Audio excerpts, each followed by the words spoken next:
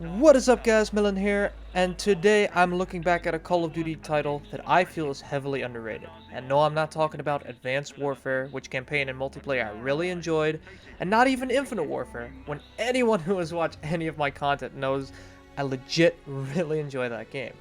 No, today we are talking about a game even better than these examples, as today we will be taking a look at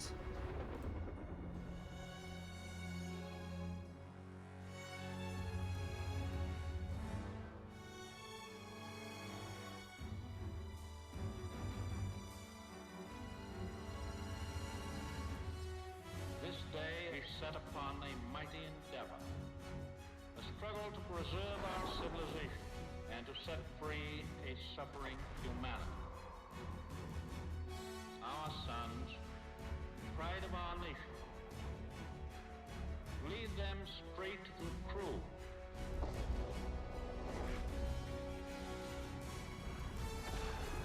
Their road will be long, hard. Men's souls will be shaken with the violences of war. In this hour of great sacrifice, we shall prevail.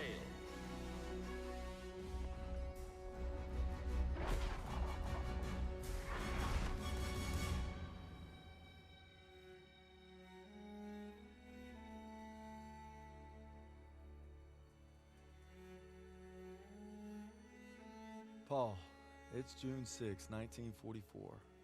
Wish you could see this, brother. We're invading some frog beach I'm not supposed to even know the name of. Also, we can take back France from the Nazis. But the waiting's been half the battle.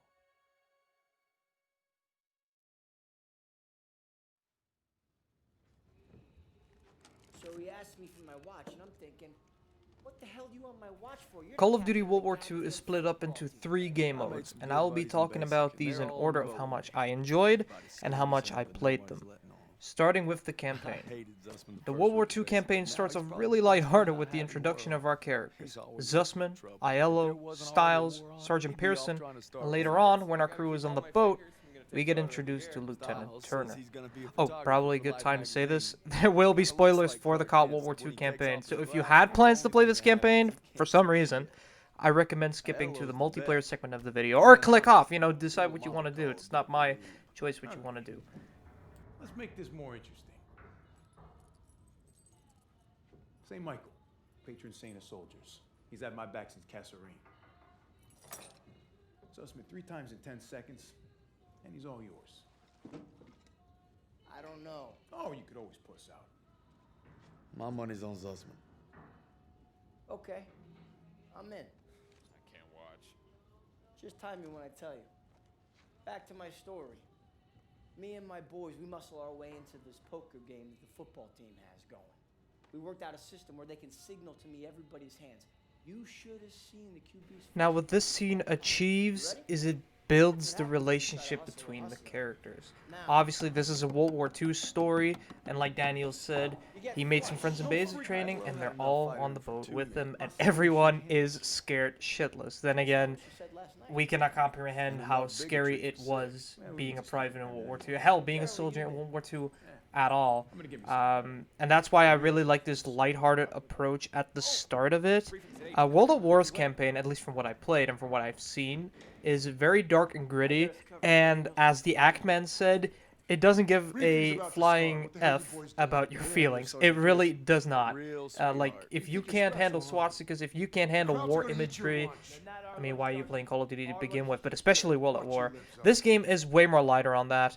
And for the people who don't like that, I think this scene still is really good because it builds upon the characters in its first cutscene. Now, obviously, character introductions are nothing new to stories as a whole, but I like this one in particular because it's just a character sitting literally at a table talking, Zussman telling this story about high school, Aiello thinking like, yeah, of course you did, man. So now show me the show me the facts. And then obviously he's just messing around, and it's fun. It's fun. Them messing around like they're actual friends, which they are if we're to believe Daniels. And it makes you already really want to see these characters succeed, and hopefully not see any of them die in the story. And it's a good group of characters. This is my favorite group of characters. Obviously, I already said that Call of Duty WWII is my favorite campaign. Do I think it's better than COD 4? Do I think it's better than Modern Warfare 2, which are my other favorites? Colonel Davis No, sure can give a I nice don't think it's speech. better than those campaigns. His pep talk reminded me of the one Do I Coach enjoy Johnson it gave us more? on our Thanksgiving Day game Slightly, versus and that Austin. is because of the characters. Sure, I love sure me you some remember we Price, lost that game I by love 42 me points. some Soap, I love Ghost. But the fact that these characters only had the time to develop in this one story, and as much as I love this campaign, it is incredibly short. You can literally marathon it in like one afternoon, or like in one day, one morning, whenever you decide to play this.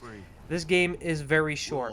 But because of that, it's very replayable in my opinion, and I have a lot of fun with it. But I think that leads into the gameplay perfectly. So this game introduced something that campaigns had never done before, character abilities. Now Black Ops 3 kind of did this because of Specialists being new. I barely played that campaign, so I'm not completely sure how it worked. But World War II has character-specific abilities. Now the first one you unlock is Zussman. Zussman gives you health packs, which gives you, gives you health packs. Health packs are also something new, because this is the first time since Call of Duty 2, which was the last Call of Duty to do it, to have health packs. Now, other Call of Duty games in campaigns always have, just like multiplayer and zombies, or whatever the side mode was, they had manual or automatic healing. So you just wait a couple seconds and the bloody screen goes away and you can go back to the fight. Call of Duty 1, 2, and World War II in 2017 had this differently, where you had to manually heal yourself. And let me tell you, ladies and gentlemen, that is awesome, and I need more campaigns to do that in the future, because this is so good for the gameplay. It keeps you on your toes the entire time, and it's good because you don't have to sit behind like a barrier or something every time you get shot. You can literally take that time to just press the D-pad or wherever you have it mapped to, heal up, and go right back into the fight. It takes like a second. It takes like way less time to heal up, as opposed to other Call of Duties where you had to automatically heal up. It is a savior, and I really love it, and I think it should return. But yeah, Zussman gives you a health pack. Then you have Lieutenant Turner, who gives you, which is probably my favorite one next to Zussman's, gives you ammo. It gives you a full clip, it gives you full ammo, basically max ammo, for all your weapons. Now, you can only hold 2, but you know what I mean. And then you have Aiello, who can give you a mortar strike. He gives you like a smoke, you throw it at an area with green smoke, and then it throws a mortar down at the enemies. And this one is okay, it's fun to use, but it's not situational either. It's just, you might as well just shoot those characters, or shoot those enemies with your guns. So I don't really see a use for this one. Pearson has a really useful one though. He gives you wall hacks. Okay, not literal wall hacks, but he gives you the ability to spot enemies. They'll have this white outline, which is very useful. So if they're behind walls, if they're behind barriers, no matter how far they are, you'll see this bright white outline and be able to pick them out. And it is great. I think it's a really useful ability. And that about does it for the character abilities. Oh no, wait, styles. Yeah, styles. I almost forgot because it's literally that useless. I like Styles as a character. His ability is useless though. Grenades. I don't know what to say about this one. I just never use this one. I've played this campaign, I've finished this campaign like 4 or 5 times now. And on every single playthrough, especially the recent one for this recording, I think I've used it a grand total of once. And never looked back. That's it. It's not completely useless, but I think I speak for the majority of people when I say that no one uses this, and you might as well just go for ammo packs or any other ability, depending on what mission you're on, because some missions don't have certain characters in them, so you can't use certain abilities. Like, for example, later on the game, you have to capture, or Zussman gets captured, so you have to save him. But because he's captured, obviously you can't get health packs from Zussman, which is usually the go-to way. I should probably talk about how to get the character abilities. So it's really easy. The way you get the character abilities is by just killing enemies. That's it. It's really easy. You just shoot the enemies and the bar fills up. And when it's glowing, obviously you can use it. And you're back to square one. And that's basically how it goes. Now, this is the first and only Call of Duty to use this. And I think more Call of Duty should bring back these character abilities. Now, not like specialists. No, specifically these. Now, again, maybe Vanguard is going to have these. I don't think they will. And if they do, we'll see, I guess. But I don't think so, since it's also made by Sledgehammer Games. But I think the chance that we're getting that are very slim. But I would love to see this return in some way, shape, or form. Now, one last thing I want to talk about the character abilities is in certain missions, like I said, there are abilities you can't use because characters aren't available. But there are also a handful of missions where everyone on your squad is there, and it is a power fantasy. Now, aside from styles, like I just said, which is pretty useless, having Aiello, Pearson, Zussman, and Lieutenant Turner, their abilities available to you is awesome. Being able to spot out enemies, get more health packs when you're low on health or you don't have any health packs nearby that you could pick off the ground, to have Zussman throw them to you, or when you're out of ammo, just, you know, ask your boy Lieutenant Turner to give you some ammo. It is awesome, and I don't know exactly what missions have them. I know that, for example, Collateral Damage is one of these missions where you have all of the abilities of all the characters available at one time, and it is awesome. It's very useful. That's the last thing I wanted to say about abilities. Sledgehammer, if you're watching this for some reason, bring this back, or any other COD dev, bring this back into any campaigns in the future. Would love to see these return.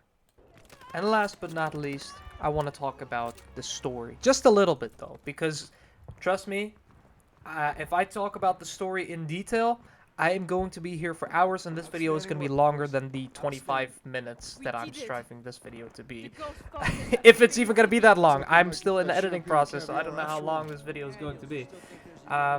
But I love this story. Like I said, it's way more lighthearted than any other war story, which I'm very easily entertained, let me just say that. So for me, this like brother-in-arms, very stereotypical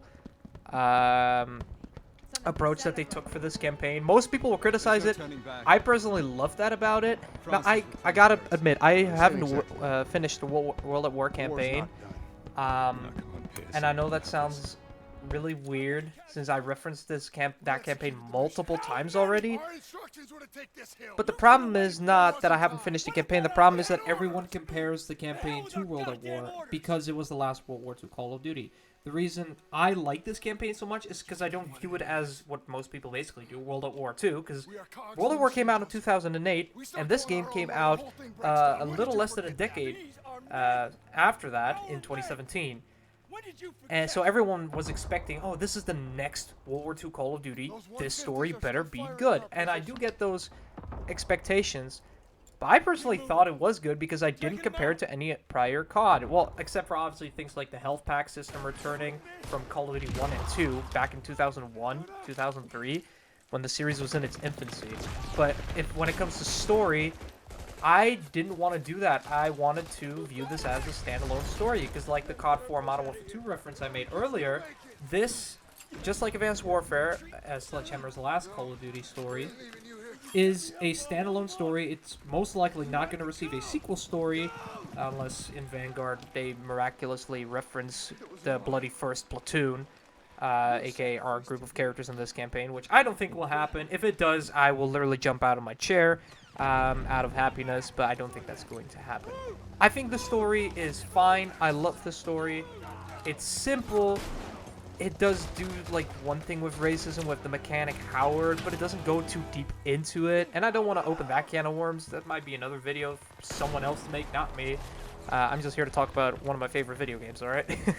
But and there is like war crimes, but there's like a literal war crime. The characters even say it somewhere in, I believe, Operation Cobra, where they see a few hanged civilian bodies from a tree, which is messed up, but really isn't that special when it comes to a war story, because that did happen in World War II. People forget that sometimes. They were still our enemies. And when they go to the concentration camp to save Zussman, or look for Zussman, and you see like a couple corpses, and it's not as shocking as you thought it would. But the fact that they at least kept that in, because they would have gone, if they would have gone full like pussy mode. Sorry to say that, but they would have gone full pussy mode if they didn't add that. Like, that is one of the most important things of the Second World War and the whole Holocaust situation. No disrespect by saying it's a situation, because it was messy. But yeah, that's really all they did with that. They tried to avoid controversy as much as they could, even though they were making a World War II story, which is the one thing I will agree with everyone on, that they toned down hard. If you want a World War II campaign in a Call of Duty game or a shooter that is also very captivating, but actually shows all the gore and even real-life footage in its cutscenes, then I recommend you play World at War. I personally don't need that necessarily, since it's still a video game. If I want all of that, I'll watch a documentary, or I'll watch, like, Saving Private Ryan or something like that, or any other war story. Hacksaw Ridge. Great movie. So I think it's done its part. I love the characters. Again, they're my favorite group of characters in any Call of Duty campaign, and it's one of my favorite video game stories in recent years. That's just a streamlined version of me talking about the story. If you guys want me to talk about the story in very detail, in like amazing detail, then let me know in the comments below. I might make a separate video about it sometime. But this is when I want to keep it at for the video, for the campaign. And now, I'll end it with my final thoughts on the campaign. It's my favorite campaign in Call of Duty. And it's first, and my other top three are Cod 4 and Modern Warfare 2. But I'll talk about those games some other day. Yeah, let's move on.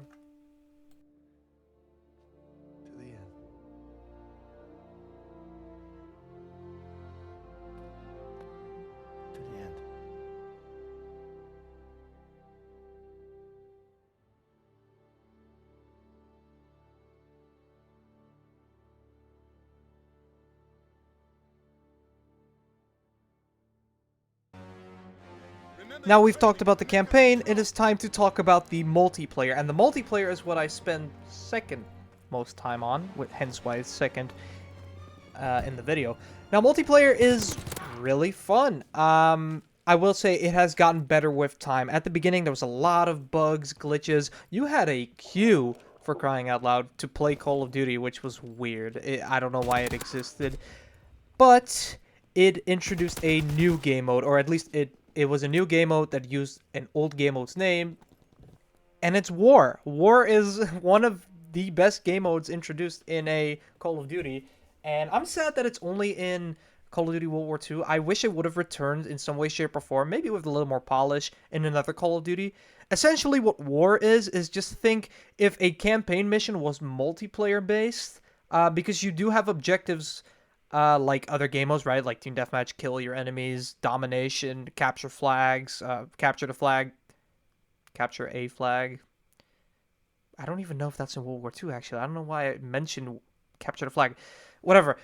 War is completely different. You have multiple operations. Now, I don't have any of the DLC installed, so the ones you have on the base game, which I think are the best ones as a whole anyway, are Operation Breakout, Operation Griffin, and Operation Neptune, which are all really cool, though there are some issues. For example, Operation Neptune is very one-sided. Like, if you are on the Allies front, you have to storm the beaches of Normandy, which sounds like a cool concept, but when you play it, it just means you have the enemies sitting high up with MG42 guns that can't run out of ammo. I think they can overheat, but like that takes like a few seconds to cool down, so that kind of sucks.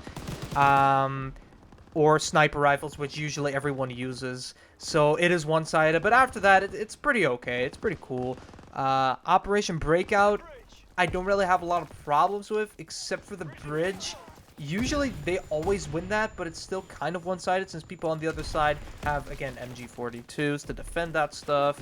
And usually anyone that's on the Allies front, that's what I usually do. I switch to a class with smokes on them, throw them on the bridge, and just hop on, get like the 1 or 2% building I can, and that's it. Operation Griffin, honestly, I don't think it's very one-sided. If anything, I think that's the most balanced one. The tanks might be a little difficult to get through first, but after you escort your tank or stop the tanks from escorting, depending on what side you're on, it's pretty breezy. It's really easy to do. It's really fun. And I think War is a great experience, and I think this mode should return in some way, shape, or form. Now, whether that is in Vanguard or Call of Duty Legend of the Exo, like, gods, whatever. Any game, really. I just want War to make a return. This War. I know World at War was a game mode as well, but that's completely different. This War specifically, I really want to see return. Now, there's also other game modes like Gun Game that returned, a lot of party modes. I only recorded Gun Game for this review because I didn't want it to be too long, but I really enjoy Gun Game in this game. It's probably my favorite one, and if you want to see me suffer in Gun Game, I recommend you check out some old videos from my boy Flippy. We made a lot of fun videos back then on World War II, so I'll put some of those links into the description. They're old videos, like 2-3-year-old videos at this point, but I recommend you give them a shot. They're really funny videos. And, well, Chris is a way better editor than me, so you'll get that too. But, yeah, no, I really enjoy it. The weapon variety is pretty good. They've had time to obviously add weapons. There's some weapons that most people don't even know they added, because they added weapons when Black Ops 4 was new. They still added weapons, which was very weird. But they're good for the most part. They're not trash, so you're not losing sleep over it or anything. You can get these through supply drops or the collection system. I personally don't mind that because the collection system was introduced in MWR, and I think is a good way to gain the weapons you want to get anyway, and maybe even some additional, like, you know, character outfits or whatever if you're into that stuff.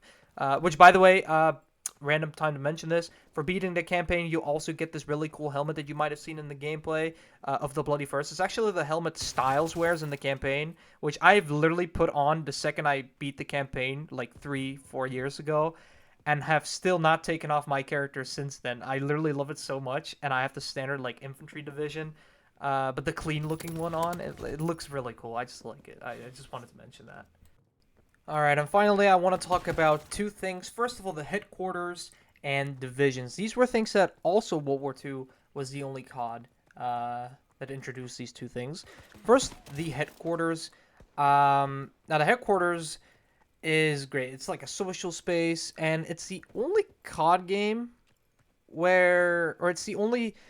Call of Duty World War II is the only COD game that has this, and I don't know why they haven't brought it back. It's really weird. There's plenty to do. You can platform all over the place. There's literally like a couple secrets as well. Like you have the ball near the cannon where you spawn in, and then you can pass that to other players and stuff, which is really cool. You can commend other players, which ups your social score, which gives you rewards and stuff, like variants, even supply drops. And there's also a secret like sequence in the firing range. I don't remember how to do it, but it's like it pops out like watermelons and stuff. It's really random. It's pretty cool though that they added that. And later on they added the AA gun event. This will sporadically just happen when you're in the HQ, and you will be able to get rewards. Well, specifically armory credits from the amount of planes you either shoot out of the sky if you're on the AA gun, or the amount of care packages you've captured. That's about it. You can also accept your orders here, prestige, weapon prestige, prestige your divisions, and I'll get to those in a second. And even go into the matchmaking from there, and even go to the theater and check that stuff out, which is really cool. And last but not least, I want to talk about divisions. Now, like you're seeing in this gun game gameplay that I have in the background as well, you see every time I die or I have a different kind of weapon, my division changes, and it'll be there on the top right as well. And that is because the divisions all have different uses. Now, each division is usually tailored towards a specific set of weapons. For example, my favorite, infantry, is more tailored towards rifles, aka assault rifles, but they're called rifles in this game. SMGs are for the airborne division, mountain for snipers, armored for LMGs, so on and so forth. There's also some DLC ones like resistance and cavalry on the top of my head. There's some, and commando, I think it's what it's called, which are really cool. And through the prestige system for the divisions, you can also get weapons. And if you prestige them at least once, for each different division, you get weapons. Now, for the base ones, for infantry, you get the SVT-40. For airborne, you get the MP-40. For armored, you get the MG-482. For mountain, you get the Car 98K. And for expeditionary, sorry if I butchered it. Oh my god, I can't say that word. An expeditionary gives you, I believe, the sawed-off shotgun, but I could be wrong on that. I think the division system is cool, especially after the overhaul, because some attachments like bayonets for rifles and suppressors for SMGs were locked to divisions for the longest time, but when they changed that with the overhaul, like 6 months into its life cycle, it turned around. And that's all I have to say about the campaign, or about the multiplayer. I'm sorry about that.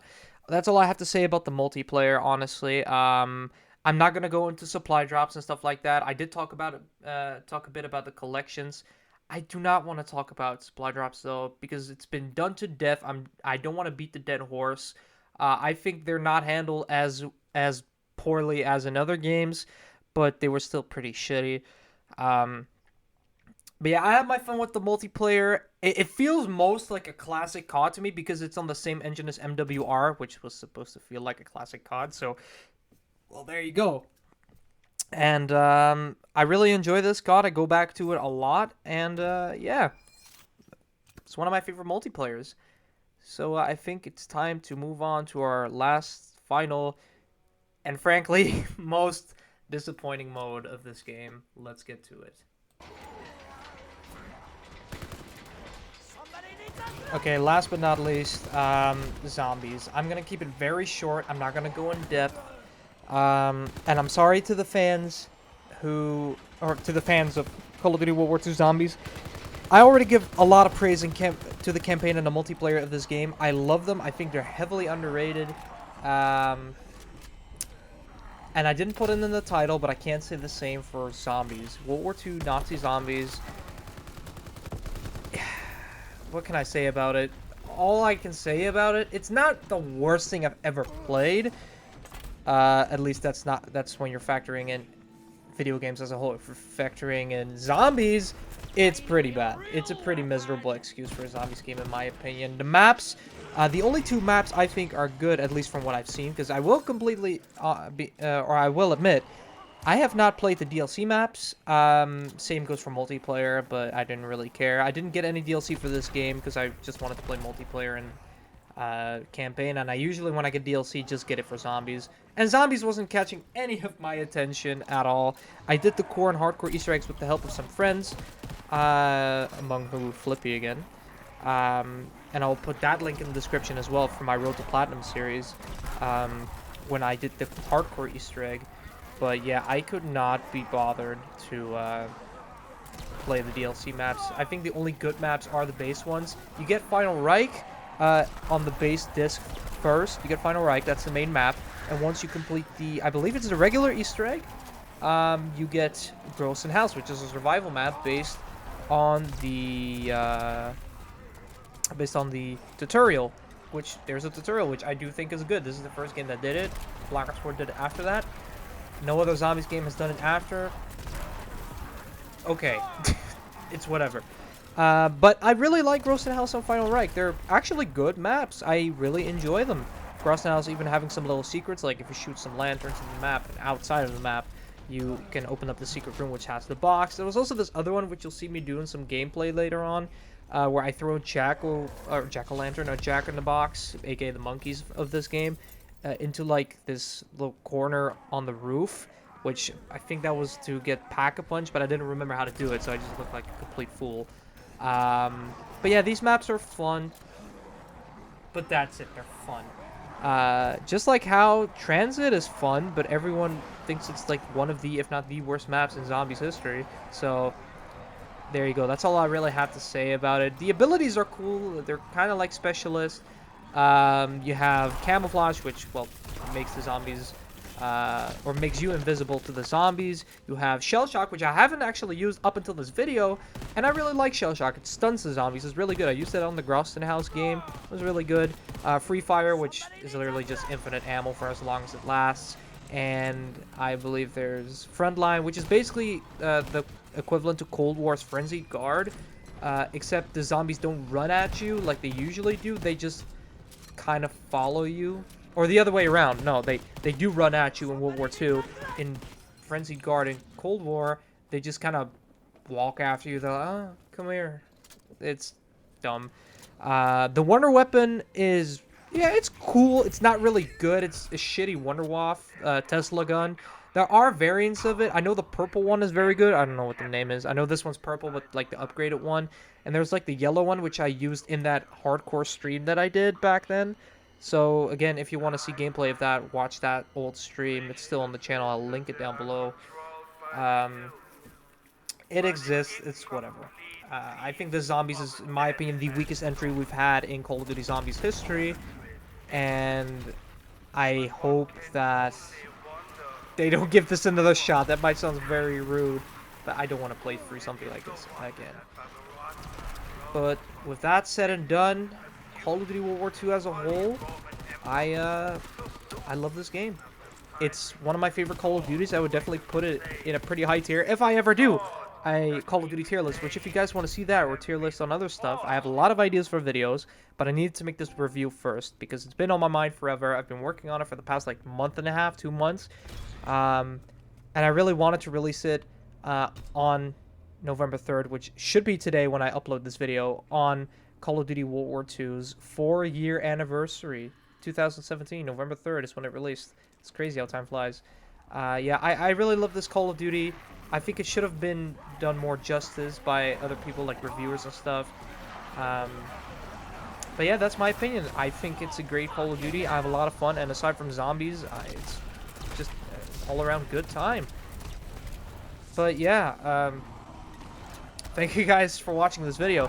And one quick thing before I go, I know I say a lot like uhs and stutters and stuff. It's because I'm trying to go off script a little, because if I had to write a script as well, I wrote a little bit of a script, but obviously I'm not used to reviewing. I'm getting used to it. So the next review that I'll do, which I guess you'll see what game that will be and when that will release, it should be better. Yeah, I'm going to try to fix that, but I really wanted to put this video out. It's been on my mind. I had the footage sitting on my PC for a while. I wanted to finalize this video and actually get it out there. And get my opinions on World War II out there in an actual video rather than like live streams on my friends' channels or on my own channel, or anywhere really, right? So yeah, and one more thing, this is also the reason why I haven't uploaded in a month. The last upload was that M1 Grand clip, or maybe I uploaded something in between, I don't know. I think it's the M1 Grand clip from Vanguard's beta, and that's because I was working on this video and I was busy with college and stuff like that, so a lot of things on my mind. But yeah, thank you guys for sticking with me. I hope you guys enjoyed this video. I put my heart and soul into it, as cringe as that might sound, but I worked really hard on this video. I hope you guys enjoyed it. And if you want to see more reviews on games, not just COD, any games, because I have some games that I want to review. If you want to see more reviews like this one, or even better ones, of course, be sure to leave a like, turn on post notifications if you're new on the channel. Not only will I do more reviews, I do gameplays, hopefully I will do playthroughs again, especially when Vanguard's campaign comes out literally a couple days after this video releases on November 5th. It's going to be a lot of fun, and if you want to see that, subscribe. And thank you guys for watching. See you guys in the next one. Bye-bye, guys.